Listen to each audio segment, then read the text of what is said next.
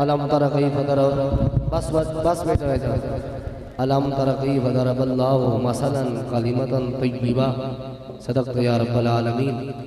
احباب تمام دوستاں کو اس چیز کا بخوبی علم ہے کہ حضور دی آمد کا انتظار سیگا تے تھوڑی محبت نو میں لکھا سلام پیش کرنا بلا تمہید حضور قبلہ جگر گوشہ ولایت، جگر گوشہ آفتاب ولایت، جگر گوشہ مجدد سلسلہ فریدیہ، فخر المدرسین، صدر المدرسین، حضرت علامہ مولانا پیر سید مفتی محمد اظہر فرید شاہ صاحب آپ کی خدمت میں عرض گزار ہوں کہ یہ آپ کے محبت رکھنے والے ہیں اور آپ اپنے احسن انداز کے ساتھ اپنے مریدوں کو اللہ اور اس کے رسول کا پیغام سنا کر ہمارے دلوں کو مستفیض فرمائے۔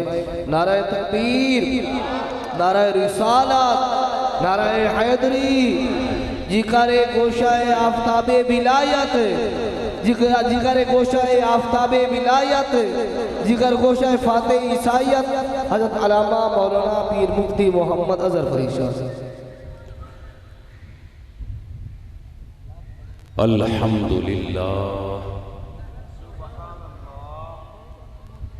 الحمدللہ رب العالمین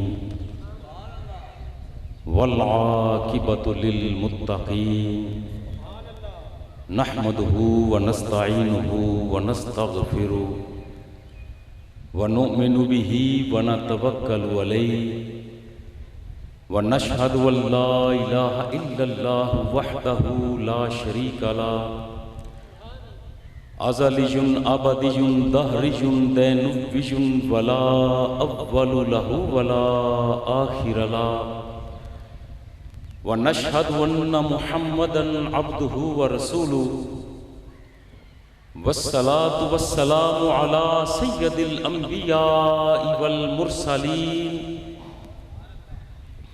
صاحب قاب قوسین جد الحسن والحسین سیدنا و مولانا غوثنا و غیاثنا و مغیثنا عیننا و عوننا و عیاننا مطلوبنا و مقصودنا و مسحوبنا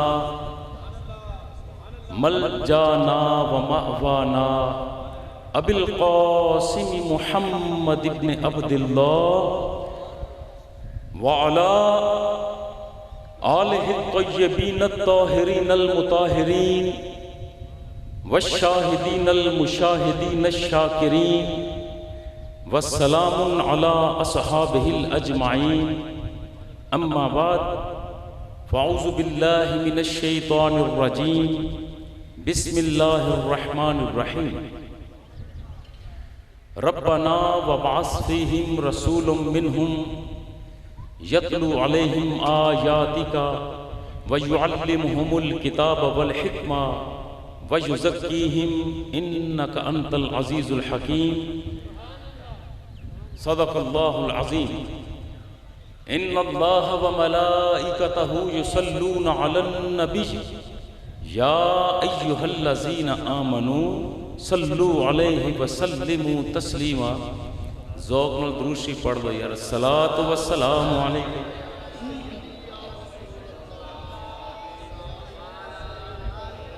الصلاۃ والسلام علیک وعلی آلک یا سیدی یا نعمت اللہ۔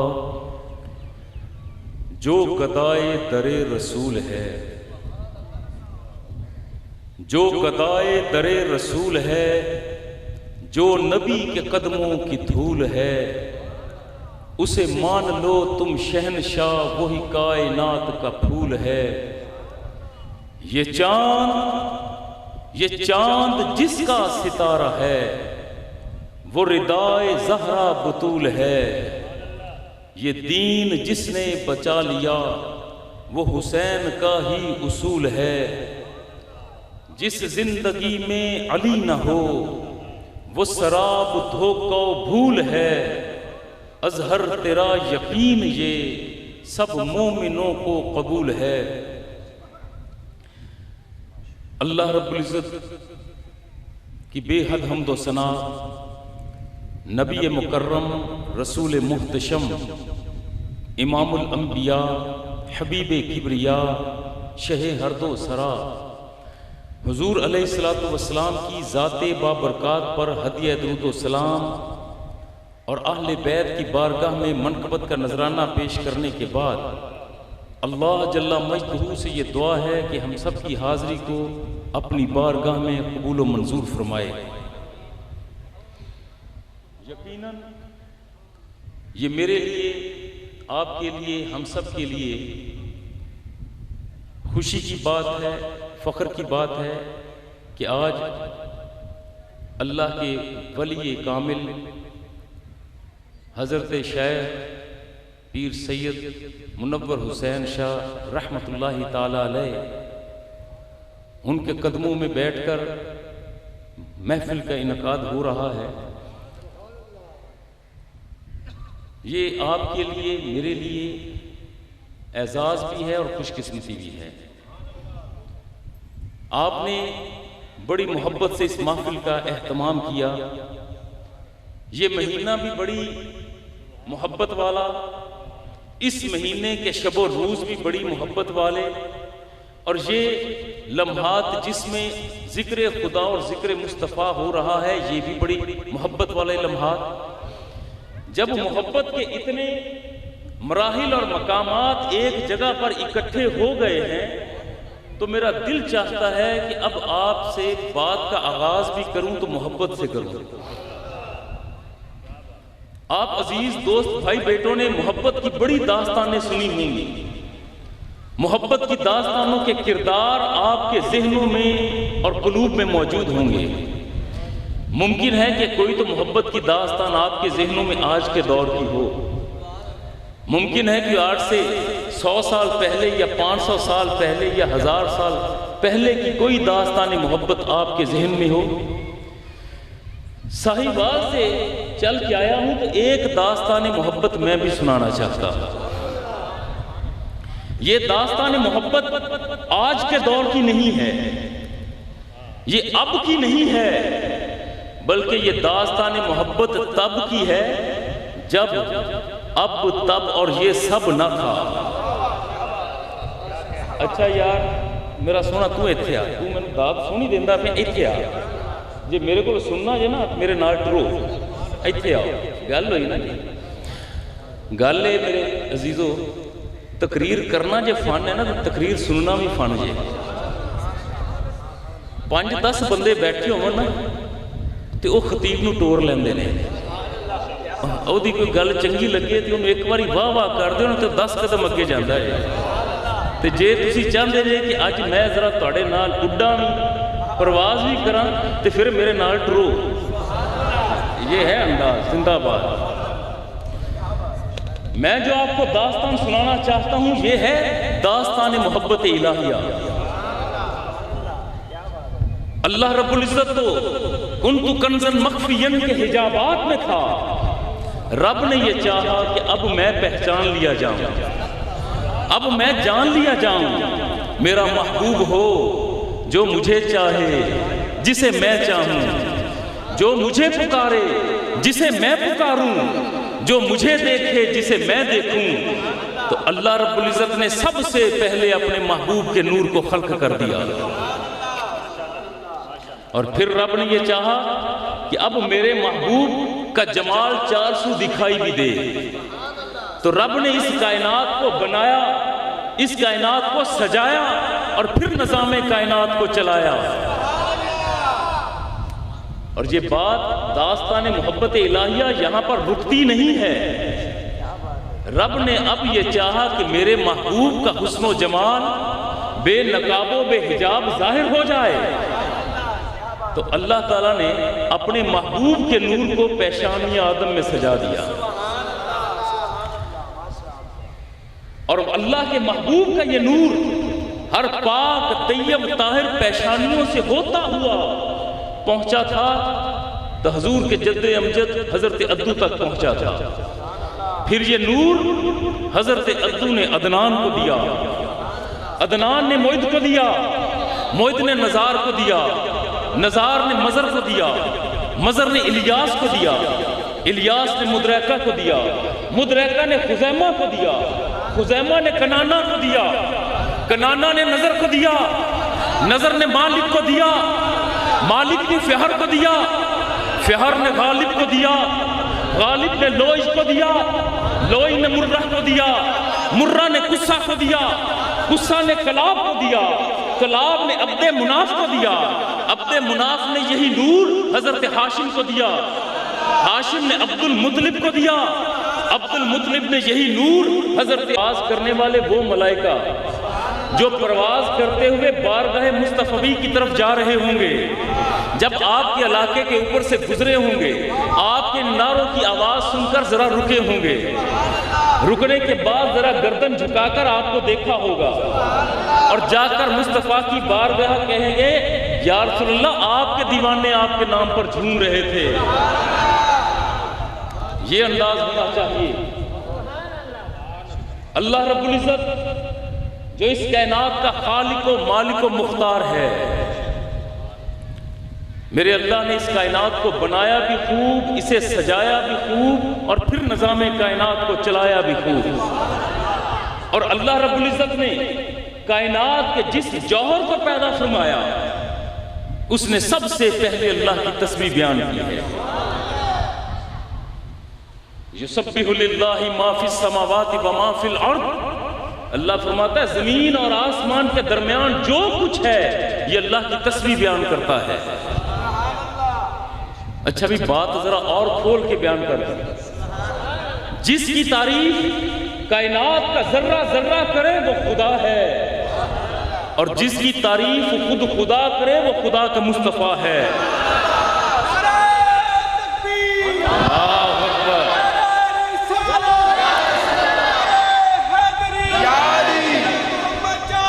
حاجی خواجہ قطب فرید حق فرید یا فرید، حق فرید، جیوے جیوے مرشد جیوے جیوے جیوے۔ بھئی ہر صاحب ایمان نے ذکر مصطفیٰ ضرور کیا ہے، مدحت محبوب خدا اس نے ضرور کی، مصطفیٰ کی نعت ضرور کہی، تعریف ضرور کی ہے۔ تمام انبیاء اور رسول حضرت آدم صفی اللہ سے لے کر حضرت مسیح علیہ السلام تک 1,23,999 یا کم و بیش جتنے انبیاء اور رسول ہیں، ان کی جہاں پر مشترکہ خوبیاں ہیں نا، تو دو خوبیاں ان کی آپ کے سامنے رکھتا ہوں۔ جتنے انبیاء آئے ہیں ان کے دو کام مشترکہ رہے۔ پہلا کام، ہر نبی نے اللہ کا ذکر کیا، اللہ کی الوہیت کا درس دیا، رب کی ربوبیت کا بتایا، اللہ جل مجدہ کے وحدہ لا شریک ہونے کا درس دیا۔ ہر نبی نے، کوئی نبی ایسا نہیں جس نے رب کی نہ بات کی ہو، ہر نبی نے رب کی بات کی۔ اور دوسرا کام جو ہر نبی نے کیا ہے وہ ہے نبی آخر الزمان کا ذکر، اس نبی کا ذکر جس نے سب سے آخر میں آنا تھا۔ اچھا عجیب بات یہ ہے کہ بھی وہ نبی تو ابھی آیا نہیں، اس نبی نے تو آنا ہے سب سے آخر میں، اور اس کا ذکر کرنے والوں میں آدم بھی ہیں، شیس بھی ہیں، نوح بھی ہیں، ابراہیم بھی ہیں، اسماعیل بھی ہیں، تمام انبیاء۔ بھئی یہ کیسے ہو گیا؟ ابھی وہ نبی تو آیا نہیں، اس نبی کی تو ابھی آمد میں بڑا عرصہ اور صدیاں پڑی ہیں، مگر ہر نبی کے نے حضور علیہ السلام کا ذکر کیسے کیا اور کیوں کیا؟ اصل سوال یہ ہے، اگر یہ سوال آپ تک پہنچانے میں کامیاب ہو گیا تو میں سمجھوں گا کہ میری کامیابی۔ اس سوال کا جواب تلاش کرنے کے لیے نا آپ کو، مجھے، ہم سب کو اس عالم مکان سے ماورا عالم لا مقام عالم ارواح کا ایک منظر دیکھنا ہوگا۔ تو ذرا چکر لائیں گے عالم ارواح کا؟ چلیے پھر چلو۔ ابھی کائنات میں آدم تو بھیجا نہیں گیا تھا، تمام انسانوں کی روحیں پہلے سے موجود ہیں۔ وہ تمام انسان جنہوں نے ابھی دنیا میں آنا ہے نا، تمام کی روحیں پہلے سے بنا دی گئی ہیں۔ عالم ارواح میں اللہ رب العزت نے جو 2 جلسوں کا اہتمام فرمایا، اور یہ میں بات پوری ذمہ داری سے کہہ رہا ہوں. جو کہتے ہیں نا کہ یہ کہاں ہے جی جلسے جلوس، بتاؤ یہ جلسہ کہاں ہے، یہ محفل کہاں لکھی ہے؟ تو آؤ میں بتاتا ہوں کہاں لکھی ہے. 2 جلسے اللہ نے 2 جلسوں کا اہتمام کیا. ایک تھا جلسہ عام جس میں ہر انسان کی روح موجود تھی. اس جلسہ عام میں آپ کی روح بھی تھی، میری روح بھی تھی.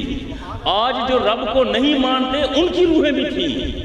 حضرت آدم صفی اللہ سے لے کر قیامت تک آنے والے آخری انسان تک کی ارواح وہاں پر موجود ہیں. اور یہ تھا جلسہ توحید. جلسہ توحید میں اجازت اور اذن تھا سب آ جائیں، اکٹھے ہو جائیں. اور رب نے وہاں پر سوال ایک پوچھا، الستُ بربکم قالوا بلا. رب نے سوال یہ کیا تھا، کیا میں تمہارا رب نہیں؟ تو تمام ارواح نے یہ کہا تھا، اے پروردگار کیوں نہیں، تو ہمارا معبود ہے، ہمارا مسجود ہے، ہمارے رکوع اور سجود تیرے لیے، ہمارا چلنا پھرنا تیرے لیے، اٹھنا بیٹھنا تیرے لیے. یا اللہ تو ہمارا رب ہے. آپ نے بھی کہا تھا اور میں نے بھی کہا تھا، مگر نہ آپ کو یاد ہے نہ مجھے یاد ہے، اس لیے کہ ہم عام انسان ہیں اور عام انسان بھول جاتا ہے. مگر نبی تو نہیں بھولتا،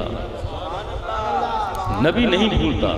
یہ تو تھا جلسہ عام جسے جلسہ توحید کہہ لیں، اور ایک تھا جلسہ خاص جس میں صرف انبیاء اور رسول موجود ہیں، کوئی غیر نبی وہاں پر نہیں. صرف خاص لوگوں کو، چنے ہوئے بندوں کو رب نے بلایا. اور چونکہ یہاں پر ذکر رب نے کرنا ہے اپنے محبوب کا، تعریف کرنی ہے اپنے محبوب کی، اس لیے میں اس محفل کو کہتا ہوں کہ حضور کے حوالے سے اللہ نے عالم ارواح میں ایک محفل میلاد منائی تھی. اور اس محفل میلاد میں کوئی عام بندہ نہیں آیا، صرف خاص ہیں، صرف خاص، صرف نبی رسول. جس طرح محفل میلاد جو عالم ارواح میں ہوئی خاص نبیوں اور رسولوں کو بلایا گیا تھا نا، تو دنیا میں جو محفل میلاد ہوتی ہے تو اس میں بھی صرف خاص بندوں کو بلایا جاتا ہے، عام بندے کو بلایا ہی نہیں جاتا. اب عالم ارواح میں تمام انبیاء اور رسول موجود، 1,23,999 یا کم و بیش جتنے انبیاء اور رسول ہیں تمام موجود. مگر کسی کو معلوم نہیں تھا کہ اللہ نے ہمیں کیوں بلایا. یقیناً حضرت شیس علیہ السلام اپنے بابا حضرت آدم صفی اللہ سے پوچھتے ہوں گے کہ ابا جی آج اللہ نے کیوں اکٹھا کر لیا. یقیناً حضرت ہارون علیہ السلام اپنے بھائی حضرت موسیٰ کلیم اللہ سے پوچھتے ہوں گے کہ بھائی آج اللہ نے ہمیں کیوں بلا لیا. کہ روایات ملتی ہیں کہ اتنے میں عالم ارواح کے اس منظر میں ایک تخت اتارا گیا. تمام نبی رسول اب اس تخت کی طرف دیکھ رہے ہیں، ایڑیاں اٹھا اٹھا کر. تخت بلندی سے آ رہا ہے ان کے قدوں کے قریب. جب یہ تخت اور قریب آیا تو انبیاء نے دیکھا کہ اس تخت پر جلوہ افروز ہے تو ایک واللیل کی زلفوں والا، ما زاغ البصر کی آنکھوں والا، ید اللہ کے ہاتھ والا، حسن و جمال و کمال کی انتہاؤں پر فائز ذات.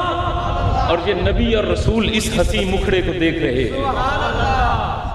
اللہ نے اپنی شان کے مطابق تعارف کرواتے ہوئے یقیناً یہ فرمایا، اے انبیاء اور رسول دیکھ رہے ہو یہ ہے میرا محبوب جس کے لیے کائنات کو بنایا گیا، جس کے لیے کائنات کو سجایا گیا، جس کے لیے نظام کائنات کو چلایا گیا. اور رب نے ان انبیاء اور رسول سے ایک وعدہ لیا تھا، قرآن کا موضوع ہے یہ. وَإِذْ أَخَذَ اللَّهُ مِيثَاقَ النَّبِيِّينَ کی ترتیب کو ذہن میں رکھیں کہ جب اللہ نے نبیوں سے ایک وعدہ لیا اور عہد لیا. وعدہ کیا تھا کہ اے انبیاء اور رسول جب تم میرے محبوب کا زمانہ پاؤ تو اس کی اعانت کرنا، اس کی مدد کرنا. عالم ارواح کا منظر سامنے آ گیا آپ کے. اب دنیا میں انبیاء کو بھیجا جا رہا ہے. انبیاء آئے، ہم عام انسان تو بھول گئے چونکہ بھولنے والے ہیں، مگر نبی نہیں بھولتے، رسول نہیں بھولتا. ان تمام انبیاء اور رسول کو یاد ہے کہ اللہ سے کیا وعدہ کر کے آئے ہیں. جب دنیا میں آئے تو آدم علیہ السلام کو کیا وعدہ یاد, انہوں نے ذکر کیا تو نبی آخر الزمان کا ذکر کیا. نوح نے ذکر کیا تو نبی آخر الزمان کا ذکر کیا. ہر نبی نے ذکر کیا. مگر میرے عزیز دوست بھائی بیٹے, سوال پھر اپنی جگہ پر موجود, سوال اپنی جگہ پر ابھی ہے. بھئی وہاں تو وعدہ کر کے آئے تھے کہ جب زمانہ پائیں گے اس کا تو اس وقت اس کی اعانت کریں گے, ذکر کریں گے. تو پھر ابھی مصطفیٰ تو آئے نہیں, تو پھر آدم نے ذکر کیسے کیا؟ تو اس کا ایک ہی جواب ذہن میں آتا ہے کہ جس دور میں آدم آئے ہیں وہ زمانہ بھی مصطفیٰ کا ہے. جس دور میں شیس ہے زمانہ مصطفیٰ کا ہے. جس دور میں ابراہیم خلیل اللہ ہے, اسماعیل ذبیح اللہ ہے, تمام انبیاء اور رسول جن ادوار میں آتے رہے, در حقیقت وہ زمانہ مصطفیٰ کا چلا رہا ہے. جب یہ بات آ گئی نا تو ہر صاحب ایمان نے مدحت رسول کی ہے. ایک آواز بریلی سے اٹھی تھی, نعمتیں بانٹتا جس سمت وہ ذیشان گیا, ساتھ ہی منشی رحمت کا قلم دان گیا. جان و دل ہوش و خرد سب تو مدینے پہنچے, تم نہیں چلتے رضا سارا تو سامان گیا. جب یہ مرحلہ آتا ہے نا اور باتیں بندہ کرے تو ایک اور صدا نکلی تھی فارس کے صحراؤں سے. فارسی میں ہے یہ, ہما آہوان صحرا سرے خود نہاد برکف با امید آنکھ روزے بشکار خواہی آمد. کہ یا رسول اللہ, جنگل کے تمام ہرن, جنگل کے تمام غزال اپنے سروں کو اپنے ہاتھوں پہ لیے آپ کی آمد کے منتظر ہیں. کہ یا رسول اللہ کبھی تو ہوگا کہ آپ خرامہ ٹہلتے ٹہلتے ان جنگلوں کی طرف آئیں گے. تو یا رسول اللہ آپ کو پریشانی نہ ہو, جنگل کے تمام ہرن اپنے سروں کو ہاتھوں میں لیے آپ کی بارگاہ میں حاضر ہو جائیں.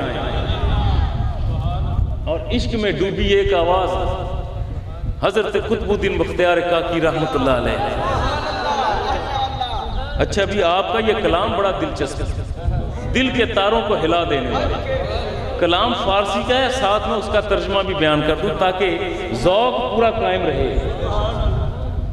آپ فرماتے ہیں گر یار من بے آیت جگر را کنم کباب سر را پیالہ سازم خون را کنم شراب تن را رباب سازم رگ ہائے تار تار ہر تار می بگوید اے یار یار یار.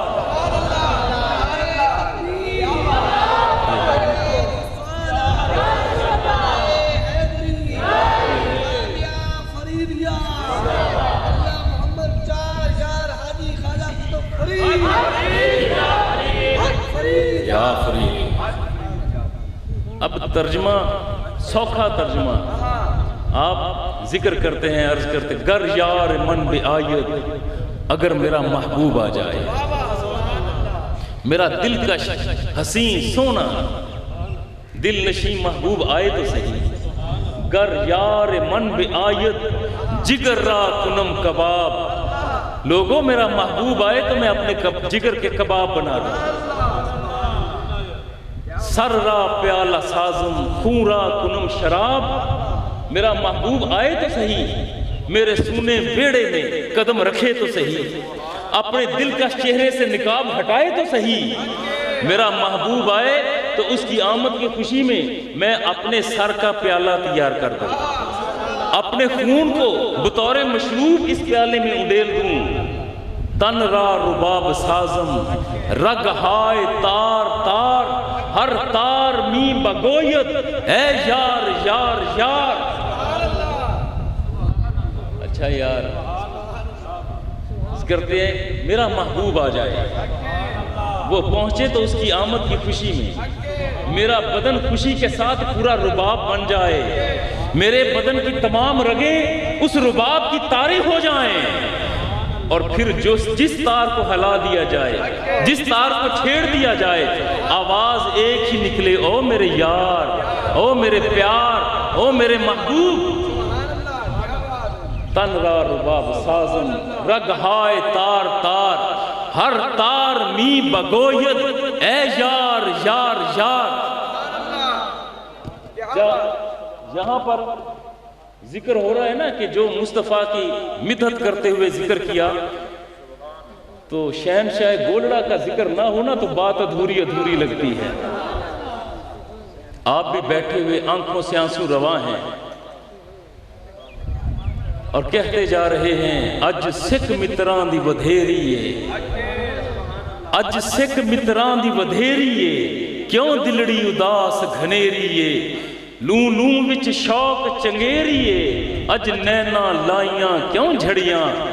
مریدین نے عرض کیا کہ بابا جی یہ اتنی بے چینی آنکھوں سے اتنے آنسو رواں ایسی بے کلی ذرا بتا تو دیں کہ آپ کا محبوب ہے کون ہے کیسا.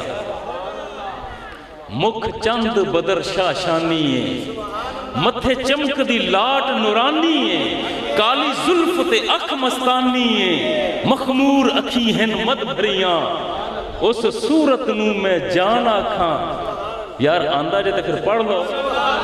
اس صورت نو میں جان آکھاں جان آکھاں کہ جان جہان آکھاں سچ آکھاں تے رب تی شان آکھاں جس شان تو شانہ سب بنیاں. یار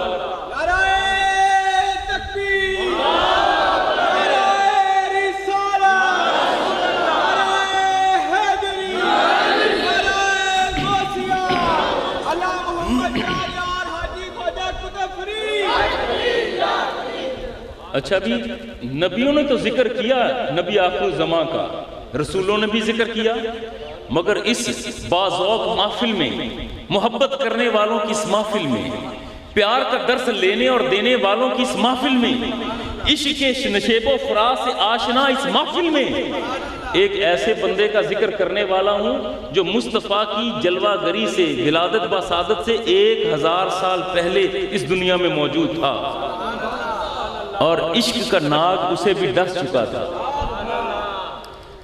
یہ بندہ کون ہے؟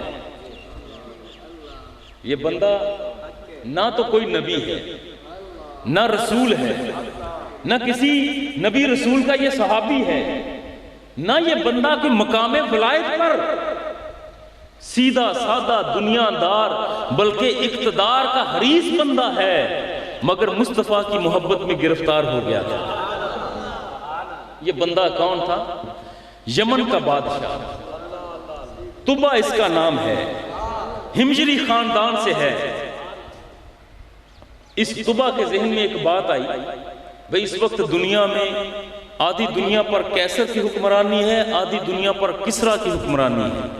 یہ عرب کا خطہ ہے جس عرب کے خطے پر کسی کی ابھی حکمرانی نہیں. اگر میں اس پر قبضہ جما لوں میرے نام کا سکہ عرب کے علاقوں میں چلے تو میرا نام بھی بڑا معروف ہوگا. اس نے اپنے وزیروں کو بلا لیا مشیروں کو بلا لیا جرنیل اکٹھے کر لیے اور کہا کہ بھی میں چاہتا ہوں کہ عرب کی سرزمین پر میرا قبضہ ہو جائے تو بتاؤ کہ پہلا حملہ جا کر کہاں کروں. اس کے وزیروں نے نقشے بچھا لیے جرنیلوں نے سر جوڑ لیے اور مشاورت کے بعد کہتے ہیں کہ اے بادشاہ اگر تو چاہتا ہے کہ عرب کی سرزمین پر تیرا قبضہ ہو جائے تو سب سے پہلا حملہ جا کر یثرب پر کرو. اور یہ کب کی بات ہے؟ حضور کی آمد سے کتنی دیر پہلے کی بات؟ کتنی دیر؟ او مگر لے تسی بھی بول پو یار 1000 سال پہلے.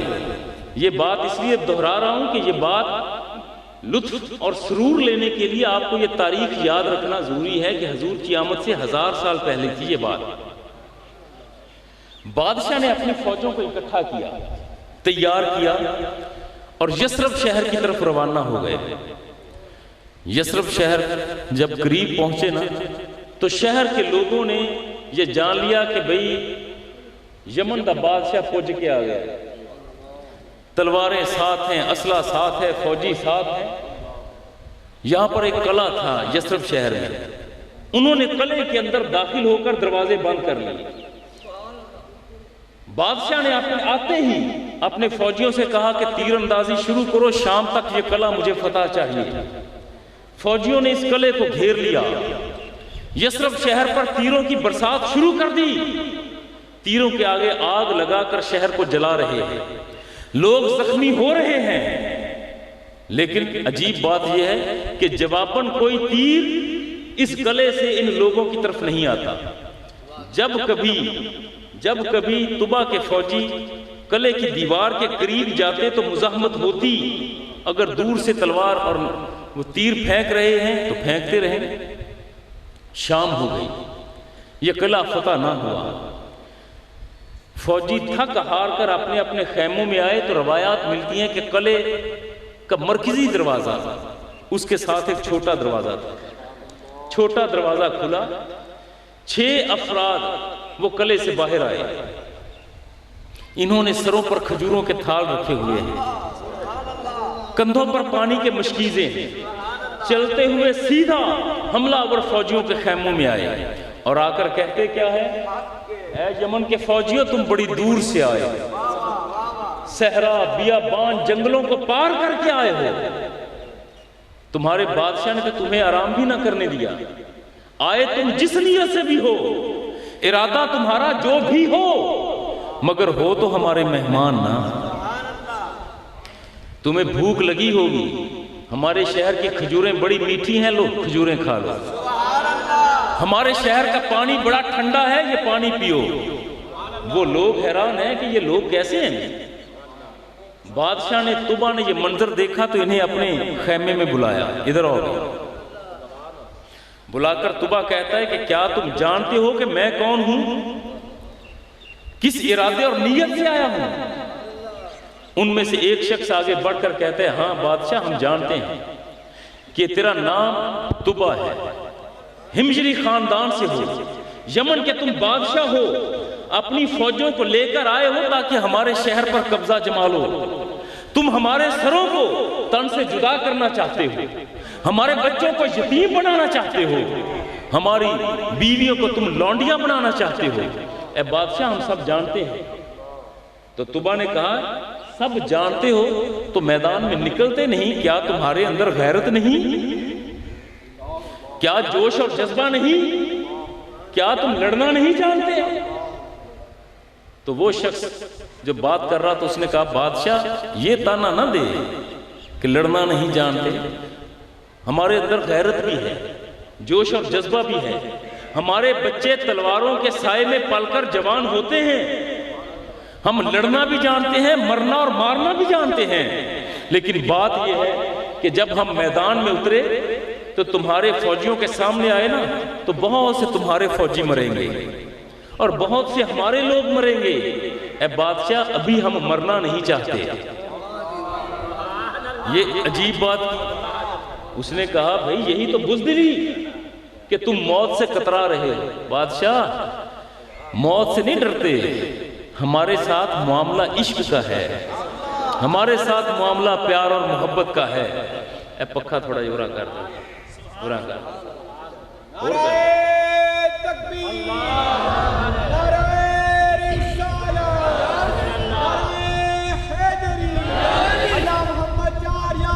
جی بھائی جس طرح میرے کچھ عزیز بیٹوں کو یہ بات ابھی سمجھ نہیں آئی کہ یہاں پر بھئی عشق محبت کہاں سے آ گیا، طبا نے اسی انداز میں کہا اے شہر کے باسیوں، میدان کارزار میں، جنگ کے میدان میں یہ پیار محبت عشق مربت مبدت کہاں سے آ گیا؟ یہاں عشق محبت کی کیا بات ہوئی؟ اب وہ شخص کہتا ہے بادشاہ سن، تجھے ایک داستان عشق سناتا ہوں۔ ہم جو 6 تمہیں دکھائی دے رہے ہیں ہم نسلاً یہودی ہیں۔ میرا دادا ایک بہت بڑا یہودی عالم تھا، اہل یہود میں اس کو نام تھا ایک، اس نے تورات میں پڑھا، اس نے زبور میں پڑھا، اس نے سابقہ کتب میں مطالعہ کیا، سینہ بسینہ روایات کو سنا، یہ جانا کہ اللہ رب العزت نے اس کائنات کو بنایا اور سجایا ہے تو نبی آخر الزماں کے لیے۔ اللہ کو اپنے آخری نبی سے بڑی محبت ہے۔ جب میرے دادا کے علم میں یہ بات آئی تو اس نے کتابیں کھولنا شروع کر دی، اس نے لوگوں کے ساتھ مشاورت شروع کر دی کہ وہ نبی آخری نبی آئے گا کہاں پر۔ اس نے تورات میں پڑھا، زبور میں پڑھا، اور زبور اور تورات سے پہلے تمام آسمانی کتابوں کے صحیفوں میں جانا کہ اللہ کا نبی عرب کے خطے میں آئے گا، اس علاقے میں جہاں کھجوروں کی بہتات ہوگی، جہاں پانی کے ٹھنڈے چشمے ہوں گے۔ اب میرے دادا کو اس نبی سے محبت تو تھی، اب اس تلاش میں نکلا کہ وہ نبی کس شہر میں آئے گا، کس بستی میں آئے گا۔ وہ عرب کے صحراؤں میں گیا، بیابانوں میں گیا، جنگلوں میں گیا، کریا کریا، بستی بستی، نگر نگر، شہر شہر، گاؤں گاؤں گھوما، اور نبی آخر الزمان کے شہر کی تمام نشانیاں میرے دادا کو ملی تو یثرب شہر میں ملی۔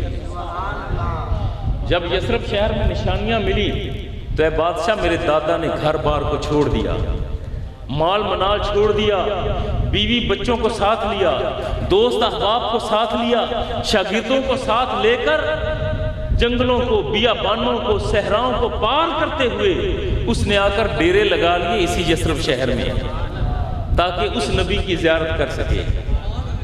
تو طبا نے کہا اچھا تو کیا تیرے دادا نے پھر اس نبی کی زیارت کر لی؟ اس نے کہا نہیں، اس نبی کے انتظار میں رہا۔ میرے دادا کی زندگی نے وفا نہ کی۔ جب وہ مرنے لگا تو وصیت کر گیا کہ میں مر جاؤں تو میری قبر اسی شہر کے اندر بنا دینا۔ اچھا تو کیا تیرے باپ نے پھر اس نبی کی زیارت کر لی جس نبی کا ذکر تیرے دادا نے کیا تھا؟ اس نے کہا میرا باپ اس نبی کے انتظار میں تھا، ساری زندگی گزار دی اس نبی کی تعریفیں کرتے ہوئے اس کے انتظار میں، مگر میرے باپ کی زندگی نے وفا نہ کی۔ جب وہ مرنے لگا تو وصیت کر گیا کہ میں مر جاؤں تو میری قبر اسی شہر کے اندر بنا دینا۔ طبا نے کہا اچھا اپنی نسل میں سے اب تم تیسرے ہو، کیا تم نے اس نبی کی زیارت کر لی؟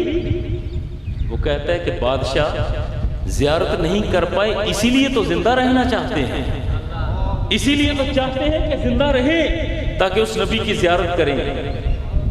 اور اگر بھئی تیری زندگی میں وفا نہ کرے تو اس نے کہا میں نے وصیت کر دی ہے، اگر وہ نبی میری زندگی میں نہ آئے تو میری قبر میرے باپ اور دادا کی قبر کے ساتھ اسی شہر میں بنا دینا۔ طبا پریشان ہوا، حیران ہوا، نہ جانے کون سی نسل سے ہو، وہ اللہ کا نبی جس کے انتظار میں بیٹھے ہو، نسلوں سے بیٹھے ہو، وہ اللہ کا نبی نہ جانے کب آئے، نہ جانے کب آئے، مرتے جا رہے ہو، تہے خاک پہنچتے جا رہے ہو، نہ جانے کب آئے گا۔ اب ذرا جواب سنیے گا اس یہودی عالم کا۔ اس نے کہا اے بادشاہ وہ اللہ کا نبی جب بھی آئے، جب بھی آئے، وہ آئے 100 سال کے بعد، آئے 500 یا 1000 سال کے بعد، اللہ کا نبی آئے گا تو اسی شہر میں آئے گا، چلے گا تو اسی شہر میں چلے گا۔ وہ اللہ کا نبی جب اس شہر میں چلے گا تو اس کے قدموں سے اڑنے والی دھول اور مٹی جب ہماری قبروں پر پڑے گی ہماری روحوں کو چین اور قرار آ جائے گا۔ جب یہ مرحلہ آیا نا تو طبا اب اس کے دل کی دنیا بھی پلٹی، یار یہ کیسے بندے ہیں۔ اچھا جی تسی اتھے آ جاؤ، انہوں نے اتھے بیٹھے دیو یار، نہیں اے بھی لے لو، کیمرہ بھی لے لو، کیمرہ لے لو، ایک تو پچھو کھتی آندھی کسی کم از کم سامنے چہرہ تے آئے گا۔ اچھا یار اب اس نے سنا نا طبا نے، اس کے دل کی دنیا پلٹی، انقلاب آیا، یار یہ ایسے بندے جو اس نبی کے انتظار میں ہیں، وہ نبی جسے انہوں نے دیکھا نہیں، جی میں ہوندہ ہے نا انڈٹھا سودا، آئے ہائے یہ جو آپ کا میرا سودا بھی ہے نا یہ بھی انڈٹھا ہے نا، دیکھا نہیں صرف نام سنا ہے اور فدا ہے۔ وہ مرحلہ اس نے کہا سنو پھر اے لوگو شہر کے پاسیوں سنو، میں طبا وعدہ کرتا ہوں کہ اس وقت کے بعد میرا کوئی فوجی تمہارے شہر کی طرف میلی آنکھ سے نہیں دیکھے گا، یہ میری فوجیں کل ہی واپس پلٹ جائیں گی، مگر میری درخواست ہے کہ ایک مرتبہ اس شہر کو، یہ شہر جو نبی آخر الزماں کا شہر ہے، یہ شہر جو اللہ کے محبوب کا شہر ہے، اس شہر کو ایک مرتبہ اندر سے دیکھ تو لینے دو۔ انہوں نے کہا آؤ بادشاہ دیکھ لو، مگر شرط یہ ہے کہ تمہارے ساتھ کوئی اسلحہ بردار نہ ہو، کوئی تلوار والا، کوئی نیزے والا، خنجر والا، تیر والا، کوئی ایسا بندہ ساتھ نہ ہو، خالی ہاتھ آؤ اور دیکھ لو۔ اس نے کہا مجھے منظور۔ چلنے لگا، اس کے وزیروں نے روکا، بادشاہ ذرا رکیے صحیح، بادشاہ یہ جانتے ہیں کہ آپ یمن کے بادشاہ ہیں، آپ نے حملہ کیا ہے، کہیں ایسا نہ ہو کہ یہ دھوکے کے ساتھ آپ کو شہر کے اندر لے جائیں اور وہاں جا کر قتل کر دیں، پھر ہم کیا کریں گے؟ تو طبع نے اپنے وزیروں سے کہا تھا اے میرے وزراء، کیا تم ان لوگوں کی آنکھوں میں دیکھ رہے ہو؟ ان لوگوں کی آنکھوں میں سوائے پیار، محبت اور عشق کے میں نے اور کچھ نہیں دیکھا۔ اور بھئی یہ تو عاشق بندے ہیں، اور جو عاشق ہوتے ہیں وہ قاتل نہیں ہوتے، عشق کرنے والا قتل نہیں کیا کرتا، اور اس لیے کہ عاشق تو خود مقتول ہوتا ہے۔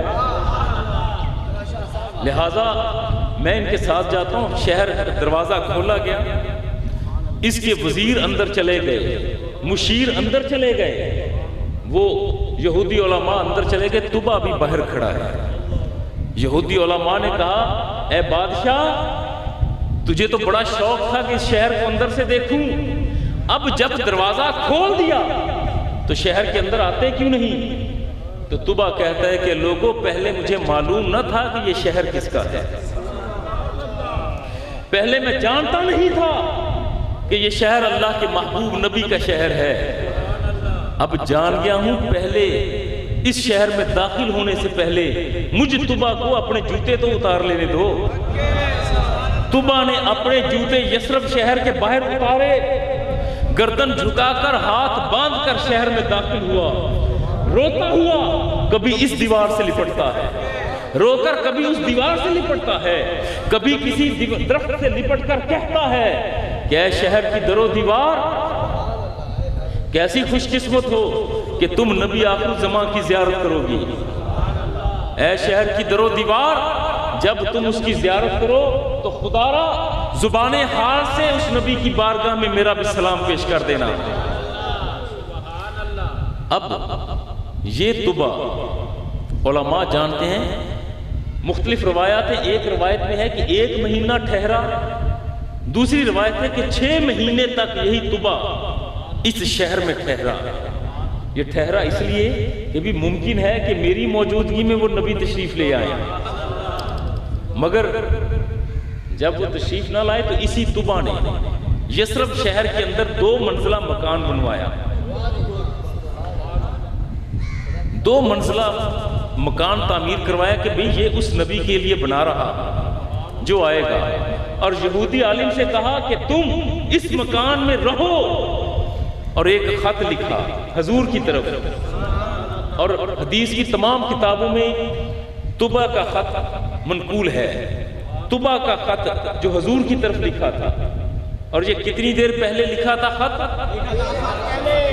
1000 سال پہلے خط لکھا، اور اس کا مفہوم یہ تھا اللہ کے نبی کی طرف طبع کا سلام ہو، اے اللہ کے نبی، میں نے آپ کو دیکھا نہیں، میں نے آپ کی زیارت نہیں کی، میں نے آپ کا زمانہ نہیں پایا، اے اللہ کے نبی میں آپ کو دیکھے بنا آپ پر ایمان لایا۔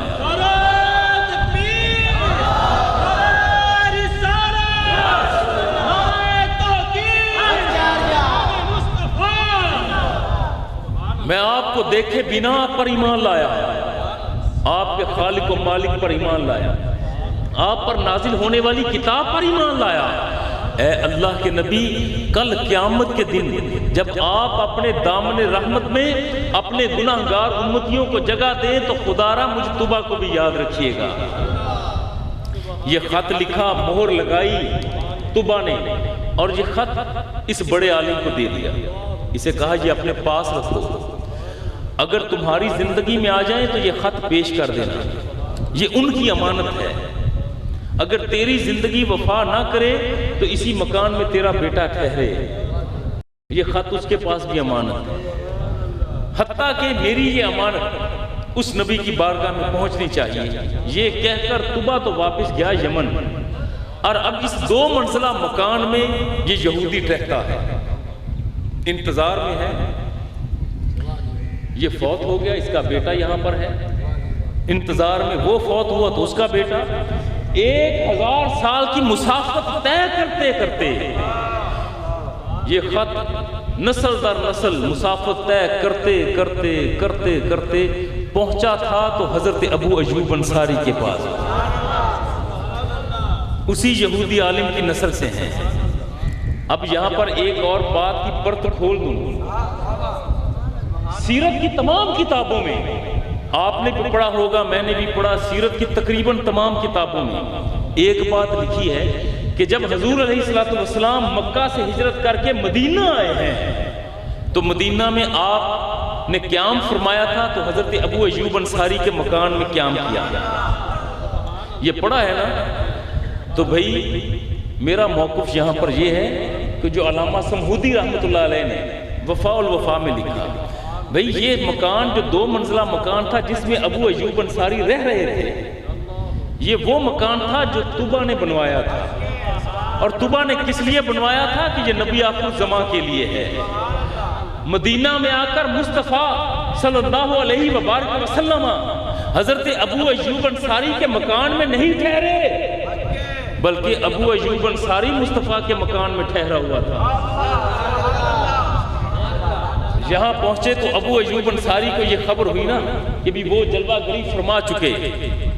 جب تشریف لائے تو انہوں نے ایک قاصد کو بلایا، ابو یعلا نام ہے ان کا، اور فرمایا کہ بھئی یہ خط ہے ایک امانت کے طور پر، یہ اپنے پاس چھپا لو، کسی کو بتانا نہیں، یہ خط کسی کو دکھانا نہیں، یہ چھپا لو اور جاؤ بارگاہ مصطفی میں، اور اس وقت تک یہ خط نہ دینا جب تک وہ طلب نہ کریں. اب اسی قاصد نے خط لیا، اپنی عبا کے اندر چھپایا، اوپر سے بند باندھے اور سیدھا چلا بارگاہ مصطفی کی طرف. جب قباء کے مقام کے قریب پہنچا نا تو وہاں حضور تشریف فرما ہے. حضور خطاب فرما رہے ہیں، صحابہ بیٹھے ہیں خطاب سن رہے ہیں، اور یہ قاصد دور سے چلا رہا ہے. حضور گفتگو فرماتے ہوئے حضور کی نگاہ اس قاصد پر پڑی. کیسا خوش قسمت تھا یار، کیسا خوش قسمت جس پر مصطفیٰ کی نگاہ آ گئی. حضور نے جب اسے دیکھا تو صحابہ سے فرمایا پیچھے ہٹ جاؤ بھائی، درمیان سے رستہ دے دیں. یوں رستہ بنوایا، صحابہ ذرا پیچھے ہٹے، درمیان سے رستہ بنا. حضور اسے فرماتے ہیں قاصد کو، بھائی سیدھے چلے آؤ، آ جاؤ سیدھے. اس قاصد نے ہاتھ باندھے ہیں، گردن جھکی ہوئی، سیدھا بارگاہ مصطفی میں آیا. ابھی اس نے کہا کچھ نہیں، زبان سے کوئی ایک لفظ نہیں بولا، کوئی اشارہ نہیں کیا، کسی کا کچھ بتایا نہیں. مصطفیٰ پہلے فرماتے ہیں لاؤ نا میری امانت، دو میری امانت. پھر وہ خط پیش کیا گیا، خط کھولا گیا، پڑھا گیا، اور اسی صبح اول ہجری کے لیے رسول اللہ نے دعا فرمائی تھی. انہی بات کرنے والوں میں، ذکر حبیب خدا کرنے والوں میں ایک نبی ہیں. اب میں آیا ہوں، اصل میں بات یہ ہے کہ تقریر اب شروع ہو رہی ہے. یہ پہلے جو تھا یہ ساری تمہید چلی آ رہی تھی. اب میں آیا ہوں اس مرحلے پر کہ جو میں نے خطبہ میں دعائے ابراہیمی پڑھی تھی. حضرت ابراہیم علیہ السلام بیت اللہ کی تعمیر کر رہے ہیں، دونوں باپ بیٹا.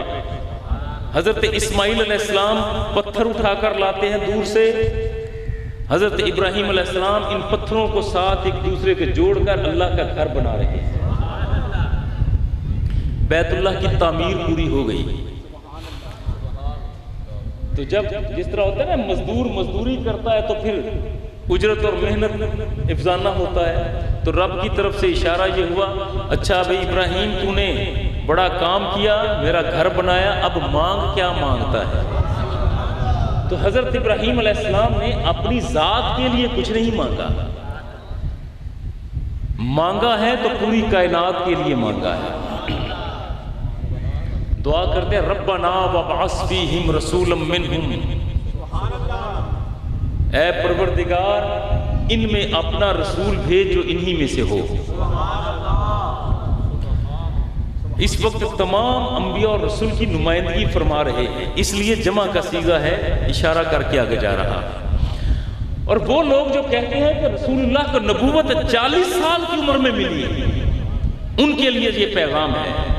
بھئی تم کہتے ہو کہ نبوت 40 سال کی عمر میں ملی، جب کوئی شخص یہ کہتا ہے تو اس سے مراد یہ ہے کہ 40 سال سے پہلے مصطفیٰ نبی نہیں تھے. بھئی یہ تو تمہارا نظریہ درست نہیں ہے. اب لو اہل سنت کا نظریہ، اہل سنت کا وہی نظریہ، وہی عقیدہ ہے جو حضرت ابراہیم علیہ السلام کا ہے، اور انہوں نے اپنے عقیدے کا اظہار اپنی اس دعا میں کر دیا ربنا وابعث فیہم رسولا منہم، اے پروردگار ان میں مبعوث فرما اپنا نبی. مبعوث کہتے ہیں اور بعثت کہتے ہیں بھیجنے کو. یا اللہ تو بھیج، یا اللہ تو بھیج، یا اللہ تو بھیج. اور سیدھی سی بات ہے بھیجا اسے جاتا ہے جو پہلے سے موجود ہوتا ہے. جو پہلے سے موجود نہ ہو اس کے لیے بھیجنے کی بات نہیں کی جاتی. اگر کسی کے ہاں کسی بچے کی ابھی ولادت ہوئی نہیں اور لوگ یہ کہہ دیں کہ بھئی جس بچے کی ولادت ہوئی نہیں اس بچے کو بھیج، یہ بات نہیں بنتی. ہوتا یہ ہے کہ جس بچے کی ولادت ہو چکی ہو نا تو چچا دعوت دیتا ہے بھئی محمد احمد کو بھی لیتے آنا، بھی بشیر کو لیتے آنا، یار نذیر کو بھیج دو، اس لیے کہ وہ پہلے سے موجود. اب یہاں پر اظہار کر دوں اہل سنت کا عقیدہ تاکہ آپ کا عقیدہ اور پختہ ہو جائے. ہمارا نظریہ، ہمارا عقیدہ، ہماری سوچ، ہماری فکر وہی ہے جو حضرت ابراہیم علیہ السلام کی ہے. اللہ کا نبی ہر مقام پر نبی ہوتا ہے. اللہ کا نبی عالم ارواح میں ہو تو نبی، عالم دنیا میں آئے تو نبی، عالم ازل میں ہو تو نبی، عالم ابد میں پہنچے تو نبی، عالم برزخ میں ہو تو نبی، عالم محشر میں ہو تو نبی. اللہ کا نبی مسجد میں ہو تو نبی، منبر پر ہو تو نبی، گھر میں ہو تو نبی، میدان جہاد میں ہو تو نبی، تکلم کرے تو نبی، تبسم کرے تو نبی، کلام کرے تو نبی. اللہ کا نبی اپنے حسین چہرے پر زلفیں لے آئے تو نبی، حسین چہرے سے زلفیں جھٹک دے تو نبی. ہر ادا میں نبی ہوتا ہے. اور یہاں کہتے ہوئے ربنا وابعث، اے پروردگار مبعوث فرما دے، بھیج دے. کسے بھیج دے؟ یا اللہ رسول کو بھیج. وہ کون سا رسول؟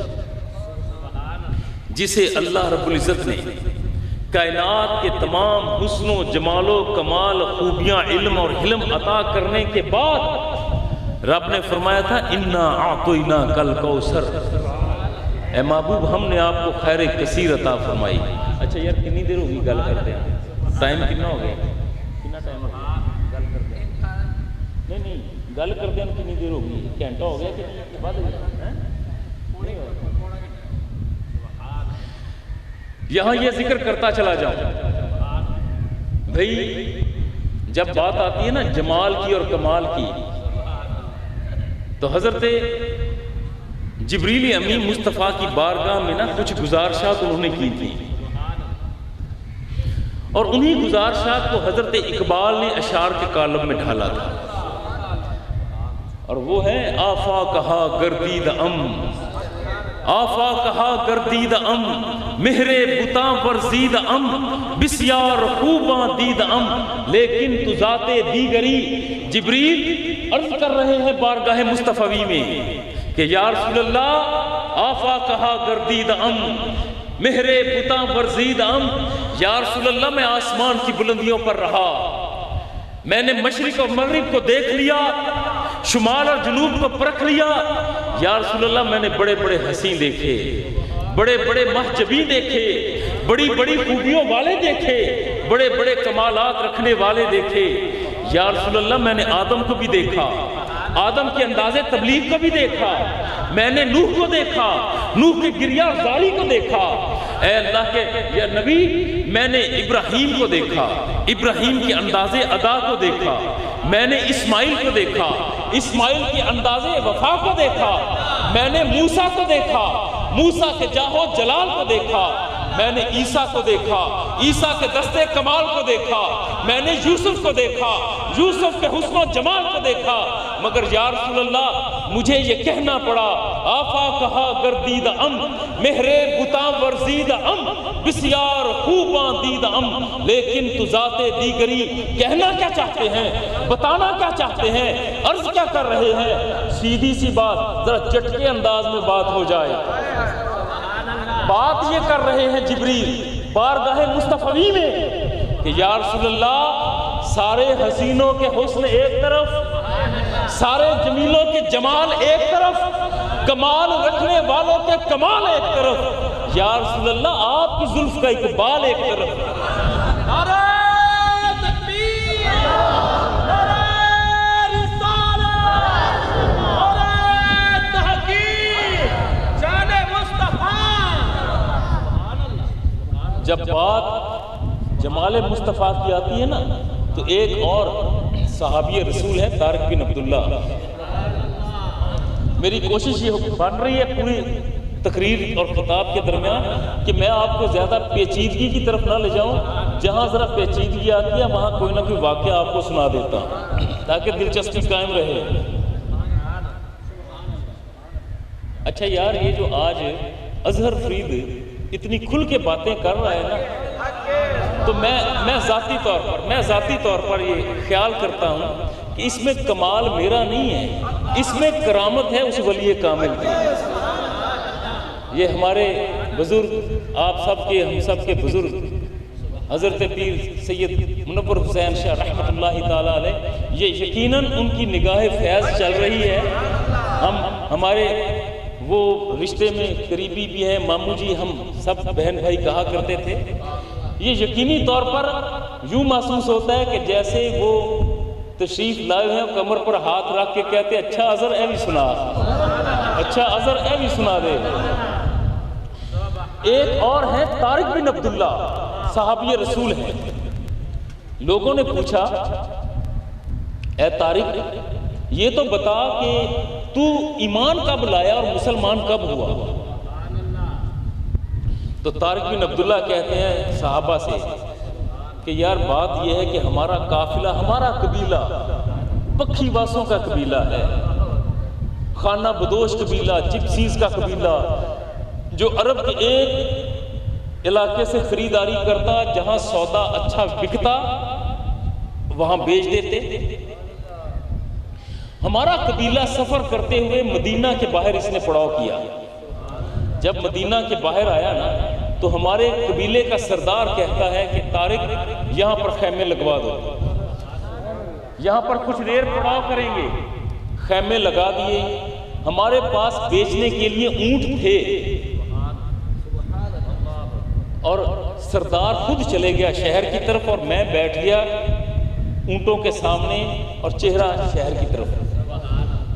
طارق بن عبداللہ کہتے ہیں کہ کچھ ہی دیر کے بعد مدینے کی طرف سے ایک حسین مکھڑے والا، ایک حسین قد و قامت والا، خرامہ ٹہلتے ٹہلتے وہ سیدھے آ رہے ہیں تو وہ اجنبی ہماری طرف آ رہے ہیں، اور میں بڑے غور سے اس اجنبی کو دیکھ رہا تھا۔ جیسے جیسے قریب آ رہا تھا نا اور اس کا چہرہ واضح ہو رہا تھا تو میرا دل میرے ہاتھ سے جا رہا تھا۔ جب یہ اجنبی جو حسین مکھڑے والا، روشن چہرے والا، خوبصورت آنکھوں والا، یاقوتی لبوں والا جب یہ قریب آتا ہے، جب یہ قریب آیا تو اس نے کہا کیا تمہارے پاس بیچنے کے لیے کوئی سامان ہے؟ تو میں نے کہا جی ہاں یہ اونٹ ہیں، ہم بیچنا چاہتے ہیں۔ اس اجنبی نے اونٹوں کو دیکھا اور ایک سرخ اونٹ جو سب سے بہتر تھا دیکھا، ایک اونٹ سرخ، اس کی مہار تھامی اور الگ کیا اور کہا کہ اس کی کیا قیمت؟ میں نے بتایا جی اتنے دراہم، اتنے دینار۔ اجنبی نے کہا مجھے تمہاری بتائی قیمت منظور، میں اونٹ لے جا رہا ہوں، رقم بعد میں بھجوا دوں گا۔ میں نے کہا جی جیسا آپ پسند فرمائیں۔ اجنبی نے اونٹ کی مہار تھامی اور شہر کی طرف چل دیا۔ پہلے تو میں اسے آتا دیکھ رہا تھا نا، اب میں جاتا دیکھ رہا۔ جب یہ اجنبی نگاہوں سے اوجھل ہوا، کچھ دیر کے بعد قبیلے کا سردار آ گیا۔ اور میرے عزیز دوست بھائی جنہوں نے مال رکھے ہوئے نا، عادت ہے جب کبھی شہر سے باہر جائیں اور واپس آئے نا تو ہر بندہ سب سے پہلے اپنے مال کو دیکھتا ہے بھی سب ٹھیک ہے۔ سردار نے بھی یہی کام کیا، نظر مال پر ڈالی۔ اس نے کہا طارق ایک اونٹ کم ہے، کہاں گیا؟ اس نے کہا سردار وہ میں نے بیچ دیا۔ اچھا کتنے میں بیچا؟ سردار اتنے دراہم میں۔ سردار خوش ہوا، واہ بھی واہ طارق تو بڑا تاجر ہو گیا، کاروباری ہو گیا، تو نے بڑا منافع لے لیا، بہت اچھا، شاباش دی۔ اور ساتھ کہا لاؤ رقم۔ جب رقم مانگی نا تو طارق کہتا ہے کہ آقا رقم تو میرے پاس نہیں ہے۔ اس اجنبی نے وعدہ کیا ہے کہ میں رقم بھجوا دوں گا۔ طارق بن عبداللہ سے سردار پوچھتا ہے اچھا کیا تم جانتے ہو وہ کون تھا؟ اس نے کہا سردار بس وہ آیا ہے، میں تو اسے دیکھے جا رہا تھا، میں نے اس سے پوچھا ہی نہیں۔ اس کا جمال اور کمال ایسا تھا کہ میں حیرت سے اسے دیکھ رہا تھا، بس اس نے بات کی ہے، میں تو اس کی ہاں میں ہاں ملاتا رہا۔ اس نے کہا اچھا یہ جانتے ہو کہ کس قبیلے سے ہے، وہ رہتا کہاں پر ہے؟ طارق بن عبداللہ کہتا ہے کہ آقا نہ میں نام جانتا ہوں، نہ میں قبیلہ جانتا ہوں، نہ میں اس کی رہائش جانتا ہوں کہ وہ آیا کہاں سے گیا کہاں، میرے علم میں نہیں۔ جب یہ سنا تو سردار نے کوڑا نکالا، طارق بن عبداللہ کو بچھا دیا۔ کوڑے کی ہر ضرب پر طارق بن عبداللہ کا بدن پھڑکتا ہے، لہو لہان ہو رہا ہے، چیخ رہا ہے، رو رہا ہے، مگر کہتا جا رہا ہے کہ اے سردار وہ رقم بھجوا دے گا۔ مگر سردار کا غصہ تو عروج پر تھا۔ اتنے میں اس کی بیوی کی آواز آئی خیمے سے، میرے آقا ذرا میری بات سن لیں، اسے نہ مارے، میری بات سنو۔ سردار غصے کے ساتھ کوڑا لپیٹتے ہوئے خیمے میں گیا تو اس کی بیوی وہ کہتی ہے کہ اسے نہ مارو، تمہیں گواہی میں دیتی ہوں کہ وہ اجنبی تمہیں رقم بھجوا دے گا۔ سردار نے کہا اچھا تو کیا تم اسے جانتی ہو؟ اس نے کہا میں بھی نہیں جانتی، مگر اے میرے سردار ذرا بات سن، میں عرب کے صحراؤں میں پیدا ہوئی، پلی بڑھی، عرب کے صحراؤں میں کریا کریا، بستی بستی، نگر نگر گھومی ہوں، میں نے بڑے بڑے چہرے دیکھے ہیں، مگر اللہ کی قسم ایسا حسین اور سچا چہرہ میں نے نہیں دیکھا۔ وہ آئے گا اور ضرور آئے گا۔ کہ اتنے میں باہر سے آواز آئی کہ اس قبیلے اور قافلے کا سردار کہاں پر ہے؟ سردار باہر آیا، کچھ صحابہ اسی انداز میں، سروں پر تھال کھجوروں کے ہیں، کندھوں پر پانی کے مشکیزیں ہیں، آئے اور آ کر کہتے ہیں بھی یہاں پر رسول اللہ تشریف لائے تھے، انہوں نے سودا فرمایا تھا، بھئی یہ پہلی تو بات ہے کہ یہ رقم ہے، انہوں نے جتنی طے کی تھی رقم بھجوا دی، اور ساتھ انہوں نے کھجوریں اور پانی کے مشکیزیں بھجوائے ہیں تاکہ قافلے والے کھا پی لیں۔ طارق بن عبداللہ کہتے ہیں کہ اتنی بات سن کر سردار دم بخود ہے، ہم حیران ہیں کہ کبھی ایسا ہوا نہیں عرب کے صحراؤں میں کہ جس نے وعدہ کیا ہو اور مال بھی لے گیا ہو اور پھر بعد میں رقم بھی بھجوائی ہو اور تحائف بھی دیے ہوں۔ جب صحابہ واپس پلٹے جانے لگے تو سردار نے ایک صحابی کے کندھے پر ہاتھ رکھا، ذرا یہ تو بتاؤ کہ کہاں جا رہے ہو؟ انہوں نے کہا ہم جا رہے ہیں حبیب کبریا کے پاس۔ تو سردار نے کہا اب اکیلے نہ جاؤ، ہمیں بھی ساتھ لے جاؤ کہ اس کا کلمہ پڑھ لیں۔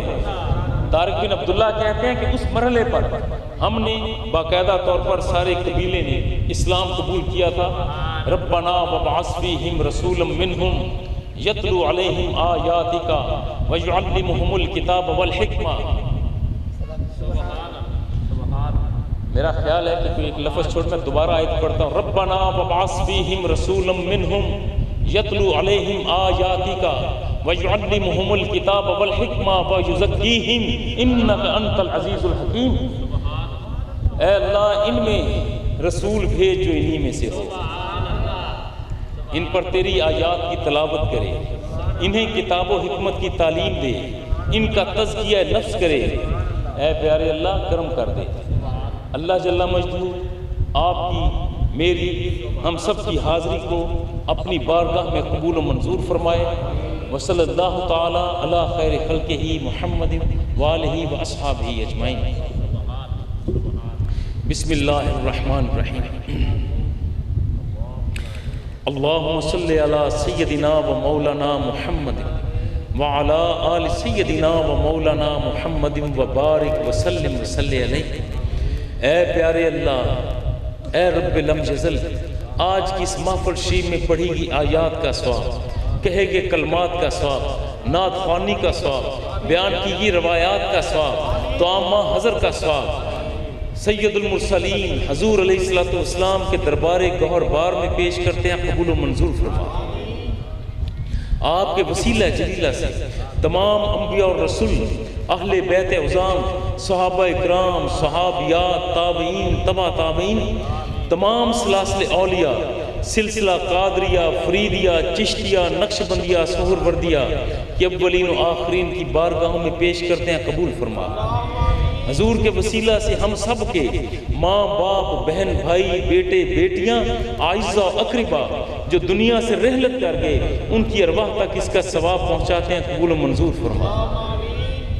اے پیارے اللہ, آج کی اس محفل شریف میں پڑھی گئی آیات کا ثواب, محفل شریف کا ثواب, توامہ حضر کا ثواب, نعت خوانی کا ثواب, حضور علیہ السلام کے وسیلہ جلیلہ سے خصوص بالخصوص ہم سب کے مربی و محسن حضرت علامہ پیر طریقت پیر سید منور حسین شاہ رحمۃ اللہ تعالی علیہ کی بارگاہ میں پیش کرتے ہیں. اے اللہ قبول و منظور فرما. یا اللہ اپنے نیک بندوں کا صدقہ ہماری حاضری کو قبول فرما. اے اللہ تیرے نیک بندے کی توجہات کے طالب ہیں, یا اللہ حضرت صاحب کی توجہات انہیں عطا ہو جائیں. اے پیارے اللہ تیرے ان بندوں نے تیرے محبوب کی محفل کو سجایا ہے. اے اللہ تو ان کے دلوں کو سجا دے, ان کی روحوں کو سجا دے, ان کے گھروں کو سجا دے, ان کے گھر بار کے معاملات میں آسانی عطا فرما. اے اللہ ہماری ماؤں پر رحم فرما, ہمارے باپوں پر کرم فرما. یا الہ العالمین, جہاں اس تمام کا ثواب اصال ثواب کی محفل میں ہم نے قبلہ حضرت صاحب کی بارگاہ میں کیا ہے, ان کی اہلیہ ہماری پھپھو جان ان کی بارگاہ میں بھی پیش کرتے ہیں. قبول و منظور فرما. اے اللہ ہم سب کی ماؤں پر رحم فرما, ہمارے باپوں پر کرم فرما, ہمارے عزیز رشتہ دار بہن بھائیوں پر فضل فرما. اے اللہ ہم میں سے جن کے والدین یا کوئی ایک حیات ہے ان کی زندگیوں میں برکتیں عطا فرما. جن کے والدین عزیز رشتہ دار فوت ہو چکے, یا اللہ ان کے مقام اور درجات میں بلندی عطا فرما. اے پیارے اللہ تیرے یہ بندے تیری بارگاہ میں دعا کے لیے ہاتھ اٹھائے ہوئے گردنیں جھکائے حاضر ہیں. اے اللہ اٹھے ہاتھوں کی لاج رکھنا, جھکی گردنوں کی لاج رکھنا. یا اللہ تو نے فرمایا ہے ادعونی استجب لکم, میرے بندوں مجھ سے دعا مانگو میں تمہاری دعاؤں کو قبول کرتا ہوں. اے اللہ ہمیں یہ اقرار ہے کہ ہم مجرم ہیں. یا اللہ ہم وہ مجرم نہیں ہیں جو یہ کہیں کہ ہم نے تو جرم نہیں کیا. اللہ کی قسم, اے اللہ ہمیں تیری قسم ہم وہ مجرم نہیں ہیں. ہم تو وہ مجرم ہیں جو گردن جھکا کر مانتے ہیں اور کہتے ہیں کہ اے اللہ ہمیں معاف کر دے, ہم مجرم ہیں. یا اللہ ہم سے جرم سرزد ہوئے, ہمیں معاف کر دے. یا اللہ یہ ہمارے ہاتھ گناہ گار ہیں, ہمیں معاف کر دے. آنکھیں مجرم ہیں, یا اللہ معاف کر دے. ہماری سوچیں مجرم ہیں، یا اللہ معاف کر دے۔ اے پیارے اللہ، تجھے تیری شان ربوبیت کا واسطہ، شان الوہیت کا واسطہ، شان ستاریت کا واسطہ، شان غفاریت کا واسطہ، اے پیارے اللہ تجھے تیرے رب ہونے کا واسطہ ہماری التجاؤں کو قبول فرما لے، ہماری تمناؤں کو قبول فرما لے۔ یا اللہ تیرے ان بندوں کے ذہنوں میں، ان بندوں کے دلوں میں بڑی نیک تمنائیں ہیں، بڑی دعائیں ہیں۔ اے اللہ تو علیم و خبیر ہے، تو دلوں کے بھید جانتا ہے، تو سوچ اور فکروں کی لہریں جانتا ہے۔ اے اللہ تو اپنے ان بندوں کی دعاؤں کو، التجاؤں کو، تمناؤں کو اپنی بارگاہ میں قبول کرنا۔ اے اللہ ان کی حق میں کرتے ہوئے قبول فرما لے۔ اے اللہ ہماری بیٹیوں کے نصیب اچھے فرما، اے اللہ ہمارے بیٹوں کے نصیب اچھے فرما۔ یا الہ العالمین تیری بارگاہ میں حاضر ہیں، ہم تو تیرے نیک بندوں کے قدموں میں بیٹھنے والے بندے ہیں۔ یا اللہ اپنے نیک بندوں کا صدقہ ہم پر کرم فرما دے۔ یا اللہ رحمتوں کے حصار میں رکھنا، زندگی میں بار بار حرمین شریفین کی حاضری عقیدت و احترام و تندرستی سے عطا فرمانا۔ یا الہ العالمین تیری بارگاہ میں دست بدعا ہیں، ہم تیری بارگاہ میں دعا کرتے ہیں کہ ہمارے قبلہ پیر صاحب کے صاحبزادگان کی زندگی میں برکتیں عطا فرما۔ پیر علی احمد صابر زیدہ مجد ہو، پیر سید مسعود احمد شاہ ہاشمی زیدہ مجد ہو۔ یا اللہ ان کی زندگیوں میں برکتیں عطا فرما، ان کو اپنی رحمتوں کے حصار میں رکھنا۔ اے پیارے اللہ ان عزیز دوست بھائی بیٹوں کو یہ تعلق قائم اور دائم رکھنے کی توفیق عطا فرمانا، ان کا سایہ ان کے سروں پر تادیر تندرستی کے ساتھ، صحت کے ساتھ، شفا کے ساتھ قائم اور دائم رکھنا۔ وصلی اللہ تعالی علی خیر خلقہ محمد وآلہ واصحابہ اجمعین۔ اب اعلان سنو، کھانا جو ہے فوجی فتح محمد